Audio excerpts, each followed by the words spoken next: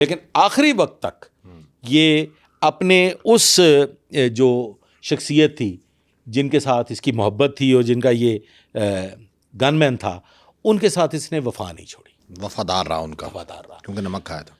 अब मुबैना तौर पे फिगर कैलकुलेटेड नहीं है, 13 कत्ल एक कर लें आप, 23 एक कर लें, कितने हो गए? 13 और 23 56 और 4 60। ये तो वो कत्ल हैं जिनकी निस्बत मुख्तलिफ ज़राए से पता चलता रहा।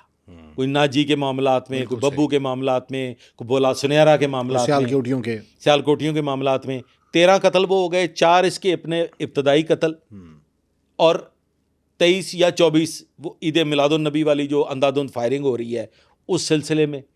और फिर अगर कोई हिडन इसमें हैं जो मंजर आम पे आए ही नहीं सिरे से, उनके बारे में कुछ कहा नहीं जा सकता, तो वो कहते हैं अब तक 56।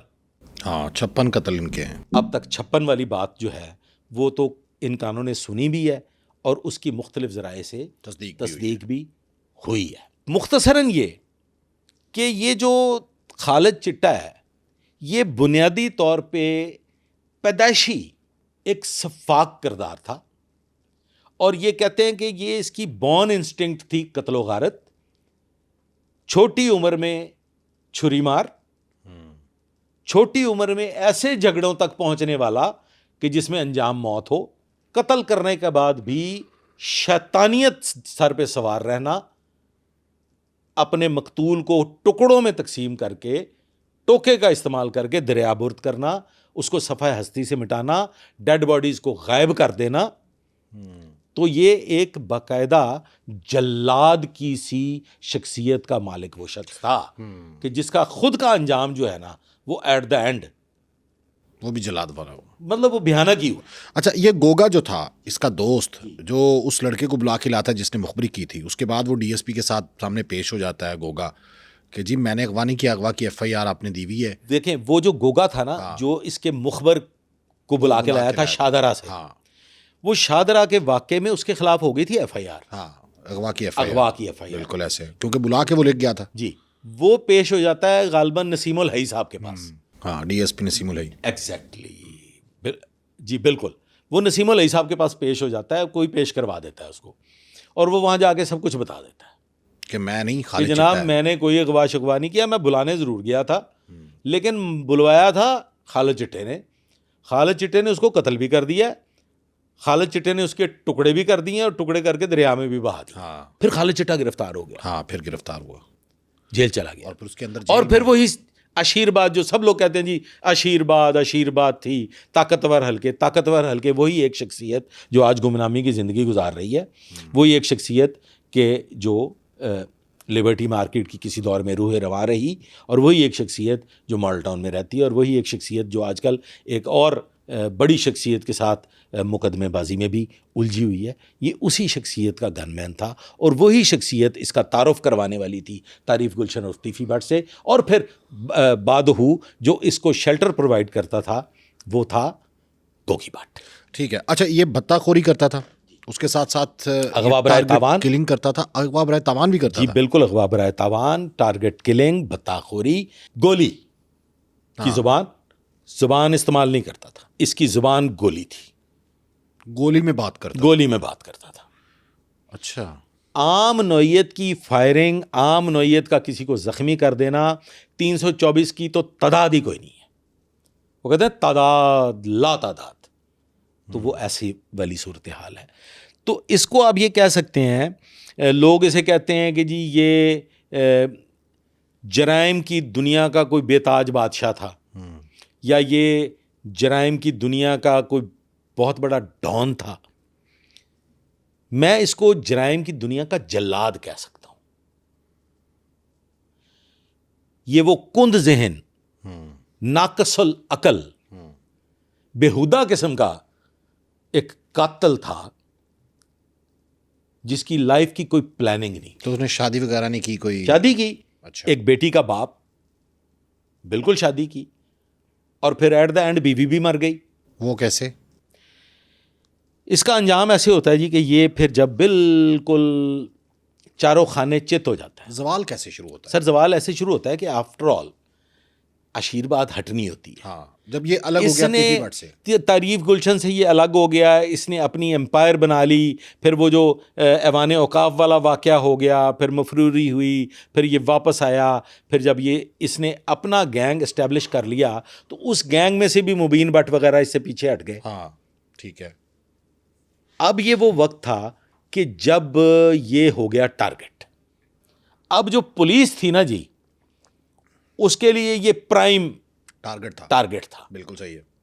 और एट एनी कॉस्ट पुलिस छोड़ती नहीं होती। वो कहते हैं कि बंदा 7 फुट ज़मीन के अंदर और खला में कहीं तहलील ना हो जाए, पुलिस छोड़ती नहीं है। पुलिस अला बुलंदी होती है। भावें बंदा दुबई चला जाए तो भावें जिथे मर्जी चला जाए, जब पुलिस ने किसी को तलाश करना होता है तो वो फिर तलाश कर लेती है। लेकिन इसने ये सोचा था कि मुझे अब गुमनामी की ज़िंदगी गुजारनी है। पैसा इतना बेताशा था, मैं आपको अर्ज़ कर रहा हूँ ना, कि वो जो देखने वाले जो जिनको पता है, इसकी बेटी गुमनाम हो गई। इसकी बेटी का आज तक किसी को नहीं पता चल सका कि खालिद चिट्टे की बेटी कहाँ गई। तो जब ये डेथ हुई खालिद चिट्टा की, तो बेटी की क्या उम्र थी? सर मैं I am not sure about it. Young बच्ची थी, लड़की थी, मतलब नौजवान थी। ओके ठीक है। She was not a child at that time. बच्ची जवान थी, इतनी जवान थी कि उसने अपने कुर्बो जवार के तमाम हलकों को बताया, तमाम की तमाम सूरत हाल से आगाह किया कि क्या हुआ है। और बच्ची को कत्ल नहीं किया गया। बच्ची को कत्ल नहीं किया गया। बीवी पहले ही मर चुकी। बीवी को और खालिद चिट्टे को बैक वक्त एक ही वक्त में एक ही मकाम पे कत्ल किया गया। अच्छा, बीवी को भी साथ ही मारा गया जी। उसकी क्या वजह? अब इसमें देखें मुख्तलिफ राय है। फिर लोग कहेंगे ये तुम घुमा फिरा के मामला उधर ले जाते। नहीं, पुलिस ने किया। ओके, दुश्मनदारों। इसका भाई है रफीक, खालिद चिट्टे। लोग दबे हुए छुपे छुपे डके पर्दे में रख के बात कर देते हैं। रफीक वॉज मैनेज्ड, इसका सौतेला भाई। ठीक है। ये अपनी फैमिली का आखिरी दर्जे का खिदमतगुजार था। इसने मफरूरी में भी अपनी फैमिली को पाला। ठीक है। अपने सौतेले भाई, अपनी सौतेली बहन, उनकी पूरी खिदमत करता था। एक ही इसका सगा भाई था, गालबन मुझे उसका नाम नहीं याद, भोला उसको कहते थे। वो इसका सगा भाई था, यानी कि इसकी माँ और बाप से सगा। बाकी दोनों जो थे वो रफ़ीक भी और इसकी माँ की तरफ से सगे थे, बाप की तरफ से सौतेले थे। ये जो रफ़ीक है इसको मैनेज किया गया सर। लोग ये कहते हैं कि रफ़ीक ने आज खुद ये कर दिया कि पुलिस रेड करती थी, आए दिन इनके घर रेड होते थे, पुलिस इनको ले जाती थी, जैसे वो विग में पुलिस ले जाती, कभी भाई को ले जाती, कभी माँ को ले जाती, कभी चाचे को, कभी ताए को। ये कोई इतना बड़ा इशू नहीं था। ऐसा नहीं होता कि कातल हो खालिद चिट्टा और चलान हो जाए रफ़ीक। हाँ, ये तो नहीं हो सकता। ज़्यादा से ज़्यादा ये खिदमत भी पूरी करता था, इनको भूखा भी नहीं मरने देता था, इनकी परवरिश भी पूरी कर रहा था। और दूसरी जानिब वो नोटों के भरे हुए बैग वो घर से बरामद हुए? उसके बरामद नहीं हुए, वो ले गया जिसने ये सारा काम किया। अच्छा ठीक है। ये बेटी, जो आखिरी बेटी के अल्फाज हैं इसके, जो किसी तक भी पहुंचे, और एक बड़े सीनियर पुलिस ऑफिसर जो इस मामले को बहुत करीब से जानते हैं, मैं नाम नहीं लेना चाहता, ठीक है, जो इस मामले को बहुत करीब से जानते हैं, वो बराह रास्त इस बात के गवाह हैं कि वो 2 बैग जो थे उसमें छोटा नोट कोई नहीं था। बात समझिए, उसमें नोट बड़े थे। और वो 40-40 किलो वाला वो लेदर बैग जो होते हैं, स्पोर्ट्स बैग जिसे आप कहते हो, ऐसे वो बैग भरे हुए थे नोटों के, जो आखिरी वक्त में गए। अच्छा, रफ़ीक को मैनेज किया गया, ठीक है, ऐसी शख्सियत की जानिब से जिसको ये ख़तरा था कि मैं क्लियर हो चुका हूँ हर मामले में। हाँ, मेरी जय जयकार है, अगर खालिद चिट्टा पकड़ा जाता है तो फिर मैं भी बेनकाब हो तो फिर मैंने जो झूठे कुरान दिए हुए हैं, हाँ, वो सारे मंजरे आम पे आ जाएंगे। बिल्कुल सही है। रफ़ीक को मैनेज करके इनको घर में कत्ल करवाया गया। ठीक है। रफ़ीक ने अपनी भतीजी कत्ल नहीं की।